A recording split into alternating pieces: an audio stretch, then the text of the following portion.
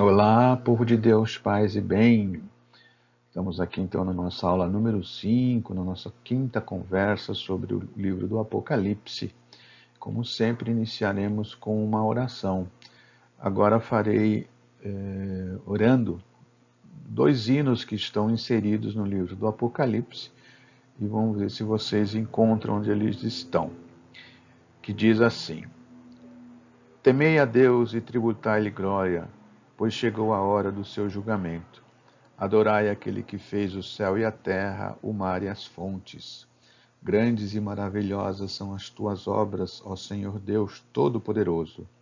Teus caminhos são justos e verdadeiros, ó Rei das nações. Quem não temeria, ó Senhor, e não glorificaria o teu nome? Sim, só tu és santo. Todas as nações virão prostrar-se diante de ti, pois tuas justas decisões se tornaram manifestas. Glória ao Pai, ao Filho e ao Espírito Santo, como era no princípio, agora e sempre. Amém. Muito bem, então aula 5, nós vamos aqui pular um grande salto novamente, do capítulo 12 até o capítulo 20, toda a sua integralidade. Então, como podemos usar como título desses capítulos todos, seria aqui o julgamento de Deus e ainda o segundo roteiro da caminhada do povo de Deus. Lembrando que no anterior nós vimos assim, um novo êxodo, aqui nós continuamos essa caminhada do povo de Deus, vamos conhecer um pouco mais como que se dá essa caminhada, esse roteiro justamente, e até atingindo ou começando o julgamento de Deus na face da terra, julgando todos aqueles que se pertencem ao povo de Deus, né? Entendendo que o povo de Deus é a totalidade da humanidade. Muito bem, logo no início então do capítulo 12, sempre aquela imagem muito conhecida da mulher e do dragão. Há uma certa confusão, muita coisas faladas sobre essa visão de João. Vamos desmistificar, vamos colocá-la ali como essa forma teologicamente dentro daquilo que é a proposta do livro. Então, o que essa mulher está gerando? Né? Essa mulher gera. Ela está em dores de parto, né? Então ela vai gerar vida. Vida do quê? Vida de uma nova humanidade, de um novo povo de Deus, essa gestação. A perseguição aqui dessa mulher, quer dizer, é a perseguição de todas as mulheres que sofrem, mas não só isso, das comunidades perseguidas. Não só naqueles tempos, mas também nos tempos de hoje, as comunidades que são perseguidas ainda hoje, mas voltando à questão do livro, obviamente, não atualizando, né, vamos dizer assim, o livro é as comunidades perseguidas na época em que o livro foi escrito. Então são aquelas mulheres que lutam pela vida. É a nova Eva. Por que ela é a nova Eva? É a nova Eva porque ela está gerando uma nova geração. Essa nova geração, essa nova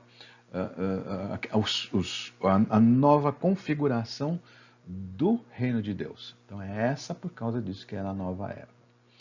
O sofrimento, eu falei, sofrimento é da humanidade, que ela leva esse tempo para gestar, e isso tem a ver com o próprio sofrimento. Nós vamos ver um pouquinho ainda quem é esse filho, mas a questão já adiantando aqui, é o ressuscitado. Então é a dor que ele sofre para gerar essa nova humanidade, esse novo povo de Deus. Jesus, na sua paixão e morte, vai gerando também uma nova humanidade, um novo modo de ver, porque a ressurreição de Jesus é um novo modo de viver, um novo modo de encarar, um novo sentido da vida. As dores de parto também é aquela questão da vida e da morte, ou seja, a vida contra a morte, ou a morte contra a vida. O que pode fazer uma mulher grávida diante de uma perseguição de um dragão com 7 cabeças, 10 chifres, essa imagem que temos aí. Mas ela é protegida. E esse dragão? Quem é esse dragão? Lembra lá da serpente do Gênesis? Quer dizer, o mal se faz presente na humanidade e ele vai crescendo. À medida que a humanidade não toma consciência do mal esse mal vai crescendo, vai tomando forma. Então, é a própria força que está inserida na humanidade, né? É uma força que penetrou na humanidade, a força do mal que penetra na humanidade. O Filho é o Jesus ressuscitado. Isso que vamos lembrar aqui na leitura da Bíblia, no livro, diz que ele foi arrebatado ao céu. Quem é que foi arrebatado? Foi o próprio Jesus na sua ressurreição. Vamos lembrar ali dos momentos em que os evangelistas narram esse momento da ascensão a Jesus aos céus. O deserto, a mulher foi levada para o deserto, vai lembrar o povo seu caminhando no deserto, porque precisou passar por um processo para gerar um novo povo. Então é esse período que vai caminhando, esse povo vai caminhando, a humanidade vai caminhando nesse novo êxodo, para atingir a totalidade na vida plena em Deus. Ainda dentro desse capítulo 12, um pouquinho mais para frente, nós vamos ver quando então, tem essa grande luta, narrada essa grande luta, outra também. Esse capítulo é muito controverso, né? Tem muitas coisas aí que a gente precisa desmistificar. Então, lá no capítulo 7, quer dizer, ele começa a falar que teve essa batalha no céu. Batalha do céu, lá de Miguel com o dragão. Mas você tem lá como o dragão, ele está representado também ali, representando o Satanás, aquele que acusa. E versus o Goel, que é o defensor, que é o próprio ressuscitado. Então, esse ressuscitado, ele age aqui em favor da humanidade. Por quê? Porque diante de Deus, ele retira toda a acusação maligna que Satanás faz contra o povo. Por isso que ele é vencido. Por isso que então, ele não tem mais espaço para o dragão, para o acusador diante de Deus. Deus não quer mais esse acusador porque Jesus ressuscitou. É ele que vai nos defender. Ele é o nosso advogado, ele é que nos coloca como aplicando a sua misericórdia naqueles que também são misericordiosos. Né? Então o dragão não tem mais espaço lá, ele vai perseguir a mulher e os seus descendentes. Quer dizer, a mulher ainda mas ela é protegida por Deus. A mulher ainda está sob a proteção de Deus. Quer dizer, aquela que gerou a nova humanidade ainda é perseguida. E aí também os seus descendentes, vai ser perseguido também os seus descendentes. O dragão faz o que então? Não é? Joga o seu vômito sobre a mulher, que é o Império Romano, mas a terra vem em defesa da mulher e engole. Quer dizer, o que é essa terra? Aqui no sentido desse capítulo especificamente, é a própria história, é a história do povo bom, chama assim, mas é a resistência da profecia que vai acontecendo nas comunidades. Quer dizer, essa profecia é o falar do Evangelho, é falar da boa nova de Jesus. Então, falar da boa nova de Jesus, o seu modo de viver, vai derrubando, vai destruindo o imperialismo romano de ontem e também o neoliberalismo, essa economia que mata de hoje, como diz o próprio Papa Francisco. Então, caminhamos aqui já para o capítulo 13, e a gente vai um pouco mais rápido agora, para não tomar muito tempo. Eu sempre espero não tomar muito tempo, mas acaba tomando muito tempo nesse vídeo. Mas o fato é que vocês precisam, insisto, ler o texto sagrado, né, o livro propriamente dito do Apocalipse, e também a apostila, porque aqui é um resumão. Detalhes, inclusive chave de leitura, vai estar tudo lá no texto da apostila. Então, nesse agora, então, a besta faz... João tem uma outra visão, tem mais uma visão, e ele vê que tem uma besta saindo do mar. Então, quem que é essa besta? Vamos lembrar, o dragão é o símbolo do mal, né, simbolizando o mal, o sinal do mal, e esse mal transfere o seu poder para essa besta, que é o Império Romano, que é tido como o Império Romano. Na figura aqui, então, temos a besta saindo do mar, o dragão entregando um cetro, né, para a besta, e João está olhando tudo isso, quer dizer, ele está vendo isso, ele tem essa visão, quando ele diz que tem um pé no mar. Pois bem, na praia, melhor dizendo, né? Então essa cena que está mostrando o que é o poder absoluto do Império Romano, que é fruto daquilo que nós vimos nos cavalos lá, dos 4 cavaleiros do Apocalipse, né? Que é o egoísmo, a injustiça de forma coletiva. Não. O espírito do mundo egoísta vai se tornando cada vez mais forte, vai fortalecendo esse sistema dominador, né, num tão ponto que isso fica tão cristalizado na sociedade que às vezes a gente nem percebe, né? Quer dizer, o absurdo dos absurdos é nos conformarmos com aquilo que é absurdo. Então, quer dizer, o absurdo deixar de ser absurdo, isso gera muitos males para todo mundo. Então, isso vai criando o quê nessa sociedade? Como é que está a nossa sociedade hoje também? Não é muito diferente daquilo que tinha lá. Quer dizer, uma situação de violência, né, de corrupção, de iniquidade, que realmente e além das nossas forças, às vezes. Por isso que é necessário estarmos sempre unidos na comunidade, sempre estarmos juntos numa comunidade. Outra questão lá que surge, quer dizer, desse sistema de dominação, é que as liberdades vão se perdendo. E o que é mais importante para o cristão é essa liberdade. Não a liberdade libertinagem, mas a liberdade que Jesus nos coloca, aquela liberdade cristã. Né? Conheceis a verdade vos libertará. Então, essa liberdade cristã é que deve suprimir a liberdade posta suposta liberdade colocada pelo império, pelo capitalismo, enfim, que vai destruindo tudo aquilo que é a verdadeira liberdade, o verdadeiro bem comum. Ainda no capítulo 13, aí sim tem aquela grande questão que ele vai resolver, ou melhor, vai desdedurar de quem é essa besta. Então, que é a segunda besta, a serviço da primeira, que tem lá, que representa toda a ideologia do Império Romano, da religião, culto ao imperador, o sistema de impostos, enfim, toda aquela maneira que se tinha de viver naquele tempo, forçado pela que a gente chama de pax romana, que é a paz pela violência, a paz pela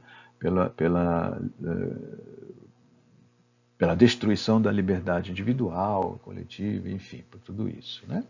Ele também, essa segunda besta, também é o que? É um falso profeta. Por quê? Porque ele vai dizendo coisas que não são as verdadeiras. Então, as pessoas começam a perder um certo discernimento com relação àquilo que é verdadeiro e aquilo que é de justiça, de fato. E vão procurar a todo custo, né, manter esse poder, quer dizer, o poder do opressor. E a todo custo que seja realmente destruindo, mesmo que seja destruindo vidas. Então essa é a ideologia do poder absoluto que o Império Romano vai dominando. Quer dizer, ou seja, é a mentira. Se nós trazermos para isso, nós vamos ver que são as falsas notícias, como tem ocorrido muito, né? Inclusive aquela famigerada palavra em inglês, que eu não gosto muito, mas que às vezes é mais conhecida do que como falsas notícias. A figurinha do lado aí eu pus apenas para provocação, que tem muita gente achando aí, dizendo que a marca da besta é um chipzinho que vai ser colocado nas pessoas, marca de coisa e tal. No Japão já existe um certo chip que se coloca na mochila das crianças que vão para a escola para os pais monitorarem, como se no Japão precisasse disso. Mas enfim, já existe esse serviço e está colocado lá. A besta tem um número, tem um nome, na verdade, quando ele fala que ela tem um nome. Esse nome, para quem diz assim, quem é inteligente, calcule o número da besta, pois o número de homem, seu número é 666, 666, 666, como preferirem. Isso eu não vou falar aqui, está lá na apostila, então vocês vão ter que ler a apostila nesse capítulo, pelo menos nessa linha, para saber quem é essa besta aí, o que significa esses números. Pulamos aqui então, caminhando para o capítulo 14, é um capítulo relativamente curto, mas foi também, nós dividimos aqui em duas partes porque ele é interessante. Então, nesse capítulo que nós estamos aqui, no centro da formação da história, quer dizer, dos companheiros de Jesus, companheiros do ressuscitado. Quer dizer, que começa o quê? Ele começa a transformar essa marcha dos acontecimentos. Então, o que é? É a força da boa nova, da palavra de Jesus, daquilo que ele trouxe para nós, é que vai transformando isso. E transformando como? Pelo testemunho de cada um. Pelo testemunho, pelo modo de agir de cada um, não só daquele tempo, mas como de todos nós aqui hoje. Então é sempre bom fazer essa atualização desse livro. Por isso que lá uma das chaves de leitura é essa, né? Lá na primeira aula, que era o quê? Esse livro é um livro urgente. Um livro urgente. Então, se a gente nós fizermos essa comparação, ou melhor, atualizarmos a leitura do livro, sem, obviamente, uma leitura fundamentalista, nós vamos perceber que que o livro é extremamente atual. Então, nos momentos de dificuldade, os momentos mais difíceis, naqueles que estamos sendo perseguidos, ou a comunidade está sendo perseguida, é preciso aí sim reafirmar a fé no ressuscitado. A fé daquilo que ele nos deixou. Quer dizer, é ele que está lá de pé no Monte Sião. Né? Monte Sião, lembrando que lá é onde estaria Jerusalém, o Monte Sião, Jerusalém é construída no Monte Sião. E hoje é a esplanada do ministério, a esplanada do templo, mas hoje tem o Domo da Rocha ali, onde supostamente Maomé subiu ao céu. Enfim, mas voltando aqui na questão do livro. Ele está ali, sobre esse monte, e é ele que sustenta. Pela imagem, muito significativa essa imagem. Né? Tem o Cordeiro, na imagem de Jesus como rei, e também ele cria outros reis e sacerdotes aqui, que é o povo todo. E esse povo todo está ali, louvando e cantando para ele. E Deus, Jesus ressuscitado, é quem dá força, que sustenta, que alimenta esse povo, essa comunidade, para que siga em frente, que seja realmente testemunho dele. O livro vai dizer assim que eles são virgens, mas eles são virgens não no sentido literal, mas no sentido de sua fidelidade, que eles são íntegros, são vítimas oferecidas a Deus. Né? Quer dizer, não caíram na idolatria, não aceitaram a prostituição dos ídolos e da religião imperial, que se mantém firmes e fortes seguindo Jesus. Então, como a messe toda aqui fica consagrada, porque são primícias, né? São as primícias oferecidas, isso vocês podem conferir lá no livro de Números, no capítulo 15, de 19 a 21. Então, assim também acontece com esses mártires que derramaram o seu sangue no ato do testemunho. O testemunho foi tão forte que foi até o fim da vida, deram a vida pelo que aprenderam e são fiéis a Jesus Cristo. Na segunda parte, então, desse capítulo, quer dizer que os anjos já começam a anunciar a hora do julgamento. Então, lá no comecinho, né? Então, começando o julgamento. Como é que vai estar isso aí? Como é que vai suceder isso? Então, eu separei aqui mais ou menos por versículos para poder ficar entendido um pouquinho mais entendido, mas é sempre bom. Repito e vou repetir sempre, né? Leiam o texto sagrado. Então, o primeiro anjo anuncia a chegada do dia de julgamento. Quer dizer, ele está lá com o evangelho eterno, quer dizer, né? A boa nova eterna, a mensagem de Jesus, que Jesus veio trazer aqui. Então, é isso que vai ser o parâmetro para o julgamento. Quer dizer, seguiu o evangelho ou não seguiu o evangelho? Amou ou não amou? Como diz São João da Cruz, né? No final da nossa jornada, nós seremos julgados pelo amor que tivemos. Então é isso. O segundo anjo anuncia a queda da Babilônia. Quer dizer, Babilônia aqui, obviamente, simbolizando Roma. Né? Babilônia ficou há muito tempo atrás, já nem existia mais. Nesse tempo da perseguição romana, eram os partos. Lembra lá dos partos que carregam arcos e é grande inimigo do povo romano, do Império Romano. O terceiro anjo, olha, que ele já anuncia a derrota definitiva do poder do mal. Então, o mal já vai começar a deixar de existir. Assim como diz Santo, quer dizer, na verdade, o mal ele não tem essência, como diz Santo Agostinho.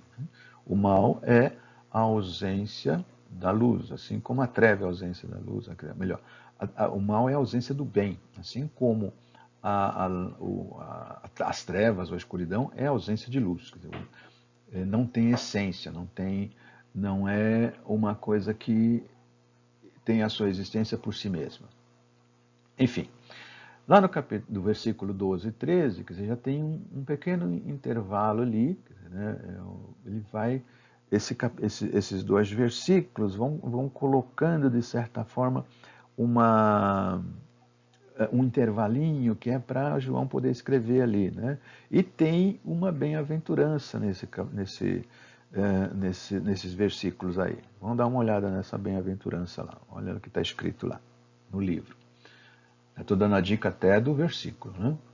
Então, no 14 ao 20, até o final do capítulo, então ele descreve, vai tendo descrita aí a realização do anúncio que lá está do primeiro anjo, né? O primeiro anjo que anuncia o dia do julgamento, então chegou a hora. Agora é a hora de fazer o julgamento. É a hora de fazer aquilo que está lá. Lembrando uma coisa seguinte, que isso está acontecendo no mundo de cima. O que está acontecendo no mundo de cima acontecerá aqui no mundo de baixo. Indo para o capítulo 15, então vamos que já começa a celebrar a aurora ainda no meio da noite. Quer dizer, a gente sabe que o dia chegará, que a luz do sol chegará, mas ainda está um pouco em trevas. Mas sabemos isso já estamos percebendo, né? Pela leitura aqui já estamos percebendo que coisas boas virão, coisas melhores virão, a vida vai melhorar. Então, no versículo 1 aqui, voltando, nós temos um outro sinal, que deu as 7 pragas, que manifestarão a plenitude da ira de Deus contra o mal. Olha aqui, a ira de Deus contra o mal.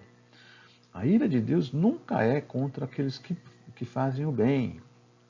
Né? São Paulo diz lá, tudo concorre para o bem daqueles que amam a Deus. Isso? Então, quem nos separará do amor de Deus? Quer dizer, a ira é contra o mal. Não é nem contra aquele que faz o mal, mas é contra o próprio mal em si. Então, ele diz em Isaías, vai dizer, eu não quero a morte do pecador, eu quero a sua conversão. Então, vamos cuidado, não é com as pessoas, é com a atitude e com a ação que elas têm, com relação ao bem ou ao mal. Nos versículos 2, 3, um pedacinho do 3 só, né, o 3a, é a visão dos que vencerem agora cantam o cântico de Moisés. Quer dizer que esse cântico de Moisés está lá no Êxodo 15, quando o povo cruza o Mar dos Juncos, quer dizer, atravessou o Mar dos Juncos a pé seco, e o inimigo, ou o mal que os perseguia, a opressão que os perseguia, representado na figura do faraó e dos egípcios, é dominado por Deus. Então tem esse cântico bonito, um grande salmo, que cantamos também no Sábado Santo. Pois bem, no versículo 3b e 4, aí sim, tem o cântico de Moisés. Tem o cântico de Moisés e também do Cordeiro, obviamente, o Cordeiro, Jesus ressuscitado. Dos 5 ao 8, os anjos se preparam para lançar as 7 pragas. Olha que coisa, né? Então, um capítulo bem curtinho também, eles estão preparando ali nas 7 pragas que estão nessas taças aí. São 7 também, né? Um centenário, centenário. Quer dizer, também, então, é a totalidade da ira de Deus. Quer dizer, não tem mais que essas aí, não. Né? São 7, quer dizer, são 7, mas é a totalidade dela. Vamos em frente. Então, agora no capítulo 16, as 7 pragas. Lembrando as 7 pragas, não é exatamente as 7 pragas do Egito, mas depois esse título para a gente lembrar dessas que tem uma vinculação. Embora lá sejam 10, aqui é 7, 7, vocês estão careca de saber.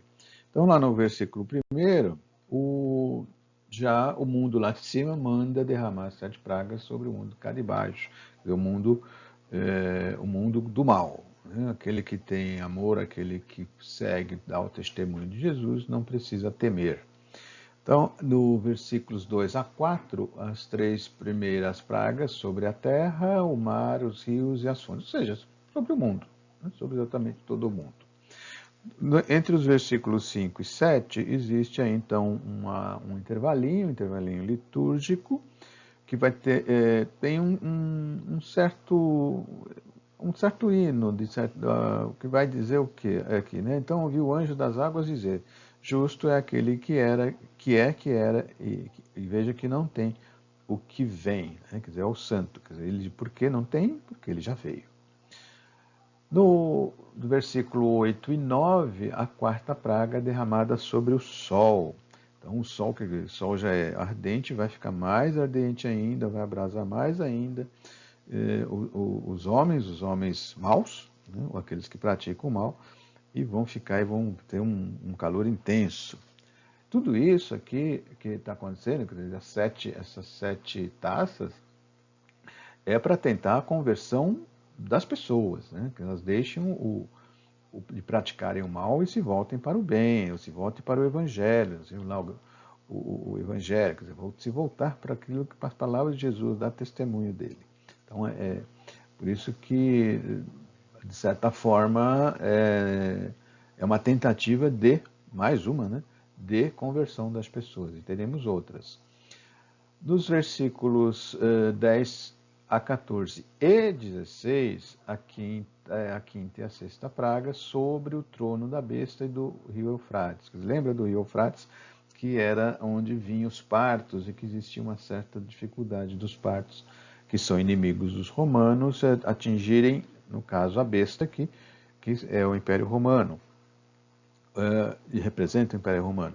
Então, com a destruição ou melhor, com essa taça derramada sobre tanto a besta quanto sobre o rio, permite com que os inimigos deles romanos, passem, porque o rio seca, né? O rio vai secar. Vamos ler lá tá no versículo 12. Vamos dar uma lidinha no livro. Então, o rio seca, isso permite com que o inimigo se volte contra eles. E eles soltam, então, abrem a boca lá os três e soltam sapos. Então, sapo era é um animal impuro, tido como um animal impuro. E também ele representava lá para os persas, que nessa região de onde eles estão vindo os partos, né, que é uma divindade das trevas.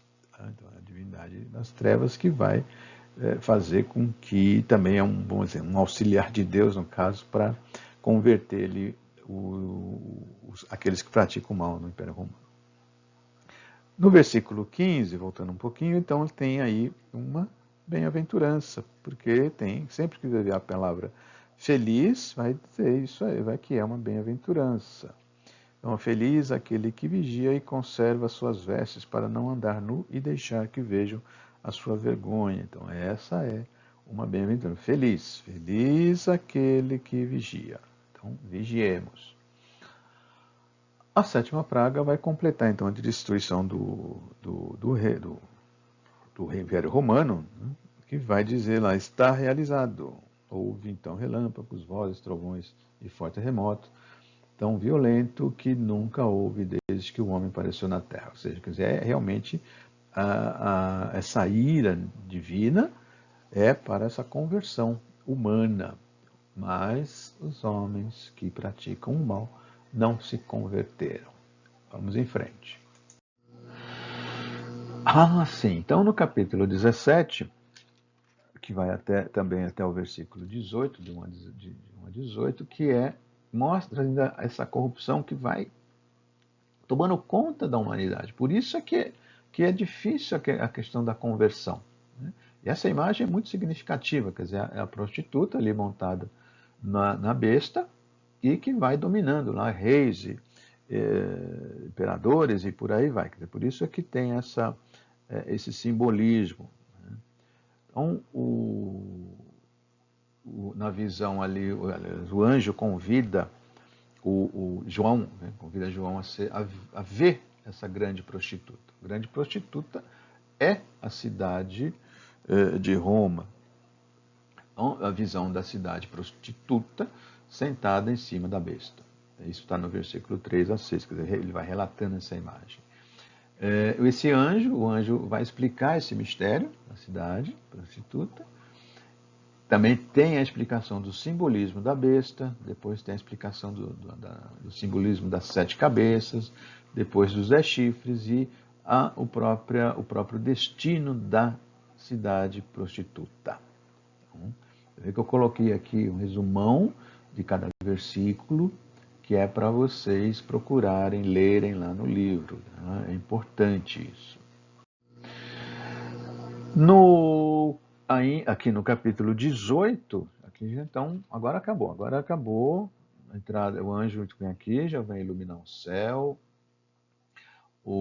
Tem aqui o primeiro cântico, que anuncia a vitória. O segundo cântico, do versículo 4 a 8,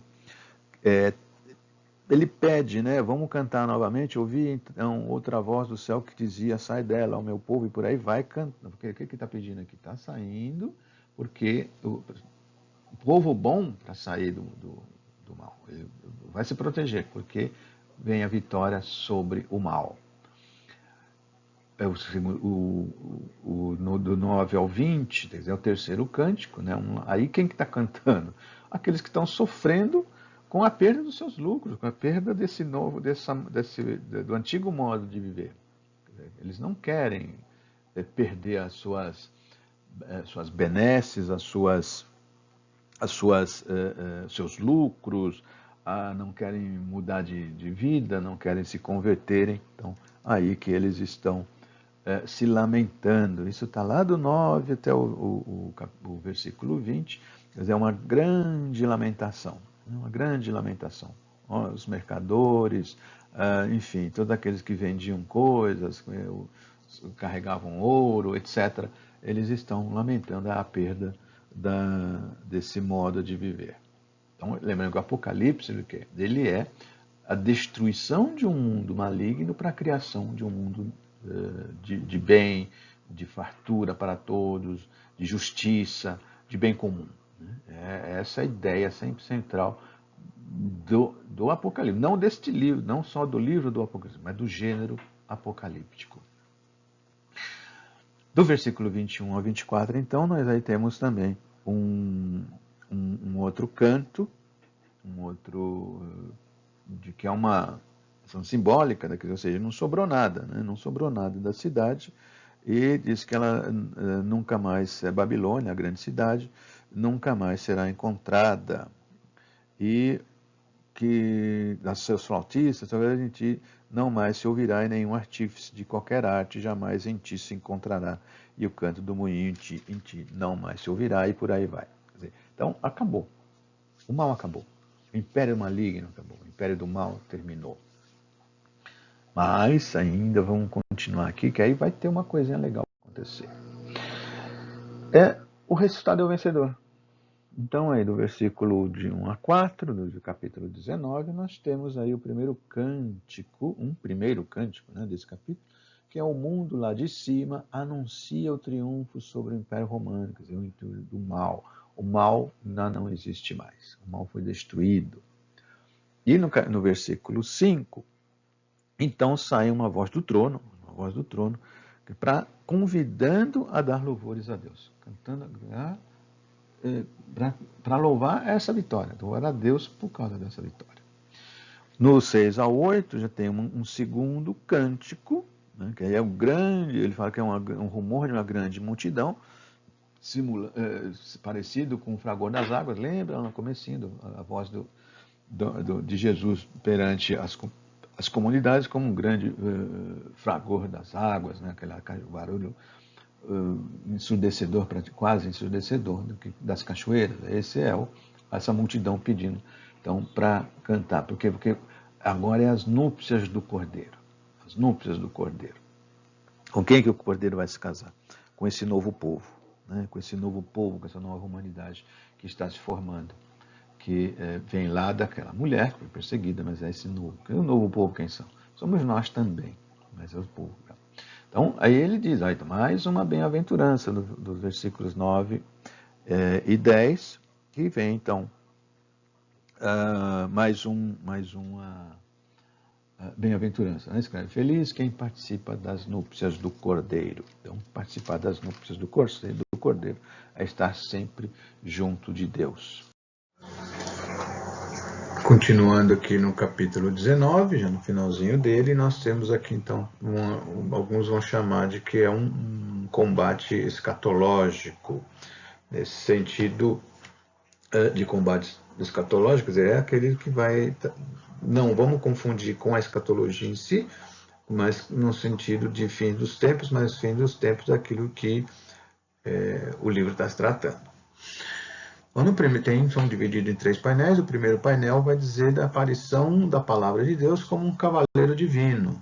Esse cavaleiro divino tem uma série de... Ele recebe aqui uma série de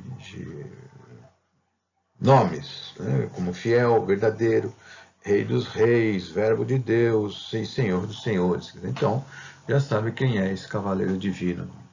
A capa dele vermelha está lá representada ou empapada do sangue dos mártires, né? Então, é uma forma de mostrar aqui que a justiça está sendo feita. O segundo painel já tem um convite, um anjo que está lá de pé lá no sol, vocês podem ver na imagem lá ao fundo, está convidando os pássaros, né? De cima dele tem um pássaro lá, para celebrar essa vitória. Ela é certa. A vitória do Cavaleiro Divino e do seu exército é garantida, é certa. Por quê? Porque é Deus que está no comando. E o terceiro painel, então, descreve a vitória desse cavaleiro, que é o próprio Jesus ressuscitado, sobre a besta e sobre o falso profeta, né? Na descrição lá do livro, são imagens bastante fortes, né? No sentido de que todos foram mortos pela espada que saía da boca do cavaleiro, e as aves todas se fartaram com as suas carnes, com as carnes lá dos capitães, dos reis e dos poderosos. Quer dizer, imagens bastante fortes para quem tem estômago fraco. Então, é essa mensagem que traz aqui no capítulo 19. Vamos em frente. E aqui, então, finalizando essa nossa apresentação, no capítulo 20, ele também é um capítulo curtinho, praticamente curtinho, tem só 15 versículos, ele vai tratar o que então? A morte da morte. Tanto é que a morte da morte está em maiúsculo, porque não é a morte simples, mas é o próprio mal. Lembra do qual o último aguilhão a ser vencido por Jesus, que é a própria morte, então ele já venceu isso. Então, cara, do versículo 1 ao 3 é o dragão que é preso por 1000 anos. Isso dá uma confusão danada, né? Mas já nós estamos no ano 2020 e ainda estamos aqui, o dragão está solto, está preso, como é que está esse dragão? Vamos continuar, vai ler lá na apostila que vocês vão saber. A expansão do reino de Cristo por 1000 anos. O reino de Cristo durou só 1000 anos, está durando só 2000 anos? Bom, já está 2020, o reino de Cristo está ou não está? É o já e ainda não. Já sabemos como é esse reino de Cristo, já conhecemos esse reino, sabemos o que é preciso fazer para esse reino se instalar aqui agora e não ficar só no já ainda não. Mas ele não aconteceu na sua plenitude. Do 7 ao 9, quer dizer, as forças do dragão e das mulheres vão se enfrentar pela última vez. Tem sempre uma última vez. Aquela coisa do Apocalipse. Parece que está chegando no fim, finalmente, mas ainda não chegou. Portanto, é que o título aqui que os autores utilizaram para dar a esse capítulo é a preparação para a grande festa. Embora ainda tenha algumas coisas para acontecer. Do 9 ao 10, então, do 9b, né, até o versículo 10, que são 2 versículos apenas. Então, aí sim, o dragão é vencido de forma definitiva. Ele termina lá. Tem aí fazer uma certa referência lá a uma guerra que aconteceu em Israel. Israel é derrotado, lá, por isso que daí vem em Meguido, e de Meguido vem Armagedon, mas aí é outra história. Então, do 11 ao 12 é o julgamento dos mortos. O julgamento de todos nós. Então os mortos, grandes e pequenos, diante do trono, e abriram-se os livros. Olha que livros da vida, né? Outro livro, o livro da vida, os mortos foram então julgados conforme sua conduta a partir do que estava escrito nos livros. Então, que seja, é a questão da conduta. Qual é a conduta? Qual é o amor? Qual é o testemunho de Jesus? O testemunho, lembrando aqui, que não é pegar a Bíblia e ficar gritando lá no meio da Praça da Sé, ou qualquer outra praça, mas é o testemunho, o nosso modo de vida, nossa maneira de viver, nossa forma como estamos vivendo. É isso que importa. O nosso modo de vida está se assemelhando ao Evangelho?